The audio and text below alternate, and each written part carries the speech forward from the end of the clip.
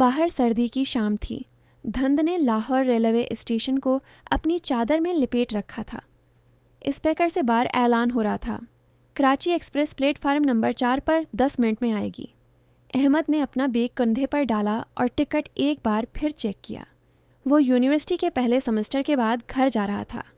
कराची, 20 घंटे का सफ़र। इसे ट्रेनों से हमेशा थोड़ा डर लगता था, शोर, भीड़ और अजनबी लोग। लेकिन आज इसे नहीं पता था कि ये सफ़र इसकी ज़िंदगी बदल देगा। ट्रेन आई, सीटी की आवाज़, धवां और लोगों का हुजूम। अहमद मुश्किल से अपनी बर्थ तक पहुंचा। B12, 1 to set. उसने बैग ऊपर रखा और खिड़की से बाहर देखने लगा। स्टेशन की लाइटें धुंध में मध्यम लग रही थीं। तभी सामने वाली बर्थ पर कोई बैठा। अहमद ने नज़र उठाकर देखा और एक लम्हे के लिए उसका सांस रक गया। लड़की थी, उम्र शायद 20 से 21 साल। सफ़ेद रंग का सादा सूट, गले में हल्की सी दुपट्टा, लंबे बालों की एक लट चेहरे पर गरी हुई थी। आंखों में किताब थी। वो खिड़की से बाहर देखकर मुस्कुरा रही थी, जैसे धुंध को भी कोई कहानी सुना रही हो। अहमद ने फ़ौरन नज़र चरा ली।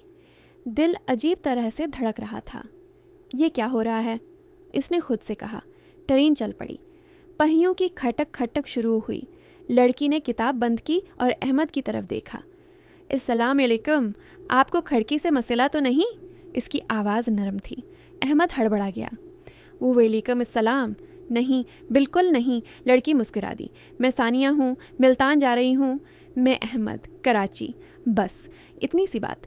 फिर दोनों खामोश। रात गहरी होती गई। ट्रेन की लाइट मध्यम कर दी गई। सानिया सो गई। अहमद जागता रहा। वो बार बार चुपके से उसे देखता।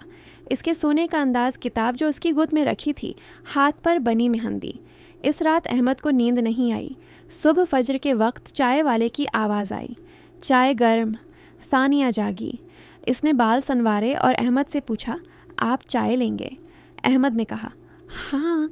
वो दोनों प्लेटफार्म पर उतरे। 5 मिनट का स्टॉप था। ठंडी हुआ थी।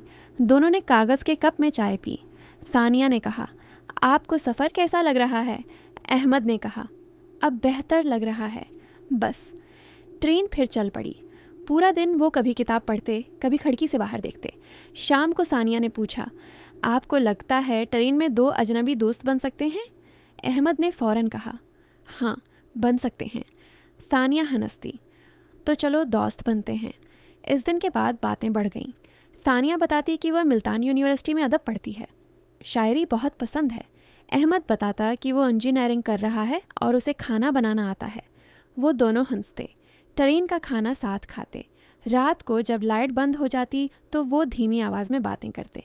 सानिया ने कहा, आपकी आवाज़ में सुकून है अहमद। अहमद का दिल और तेज़ धड़का। कराची आने से 1 घंटा पहले सानिया ने कहा, हमारा सफ़र ख़त्म हो रहा है। अहमद का दिल बैठ गया। हाँ। सानिया ने अपना नंबर एक कागज़ पर लिख कर दिया। अगर कभी मुल्तान आना हो तो बताना। अहमद ने नंबर ले लिया, लेकिन कुछ कहा नहीं। स्टेशन आया। रिश था। दोनों अपने सामान के साथ अलग हो गए। सानिया ने मड़कर हाथ हिलाया, अहमद ने भी। बस घर आकर अहमद ने 3 दिन तक वो नंबर नहीं मिलाया। डर था, कहीं वो भूल ना गई हो, कहीं वो नाराज़ ना हो जाए। चौथे दिन रात 9 बजे उसने मैसेज किया, अस्सलाम अलैकुम, ये अहमद है, ट्रेन वाला। 2 मिनट में जवाब आया, वालेकुम अस्सलाम, मैं सोच रही थी आप करेंगे या नहीं। इस रात वो 2 घंटे बात करते रहे। अहमद का इम्तिहान था। वो मुल्तान गया। इसने सानिया को बताया नहीं, बस स्टेशन पर पहुंचकर मैसेज किया, मैं मुल्तान आया हूँ। सानिया 10 मिनट में स्टेशन पहुंच गई। वो दोनों इस दिन पूरा दिन शहर में घूमे, किला देखा। चाय पी? सानिया ने कहा। आपने बताया क्यों नहीं? अहमद ने कहा, सरप्राइज़ देना था। सानिया शर्मा गई।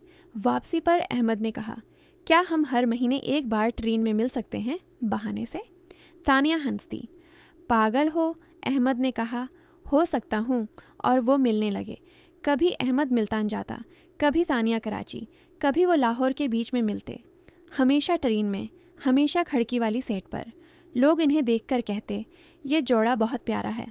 अहमद और सानिया बस मुस्कुरा देते। सानिया अहमद को शायरी सुनाती। अहमद सानिया के लिए चाय बनाकर लाता। वो घंटों बात करते, ख्वाबों के बारे में, मुस्तकबल के बारे में। सानिया कहती, मैं टीचर बनना चाहती हूँ। अहमद कहता, और मैं तुम्हारे स्कूल की इमारत बनाऊंगा। आहिस्ता आहिस्ता प्यार गहरा होता गया, लेकिन दोनों ने कभी मोहब्बत का लफ्ज़ नहीं बोला। आंखें सब कह देती थीं। एक दिन सानिया का फ़ोन बंद आया। अहमद परेशान हो गया। 2 दिन बाद सानिया का मैसेज आया। घर वालों को पता चल गया है, वो बहुत नाराज़ हैं। कहते हैं लड़के से मिलना बंद करो। अहमद का दिल टूट गया। सानिया ने कहा, मैं 1 महीने तक नहीं मिल सकूंगी। अहमद ने कहा, ठीक है, मैं इंतज़ार करूंगा। वो 1 महीना अहमद के लिए 1 साल था। वो रोज़ इसी ट्रेन की टिकट चेक करता जिसमें वो पहली बार मिले थे। वो रोज़ इसी सेट पर बैठकर खिड़की से बाहर देखता। आखिरकार सानिया का फ़ोन आया। मैं आज रात वाली ट्रेन में आ रही हूँ। अहमद स्टेशन पहुँच गया। सानिया की आंखें सूजी हुई थीं। उसने कहा, अहमद, घर वाले शादी का दबाव डाल रहे हैं किसी और से। अहमद खामोश रहा।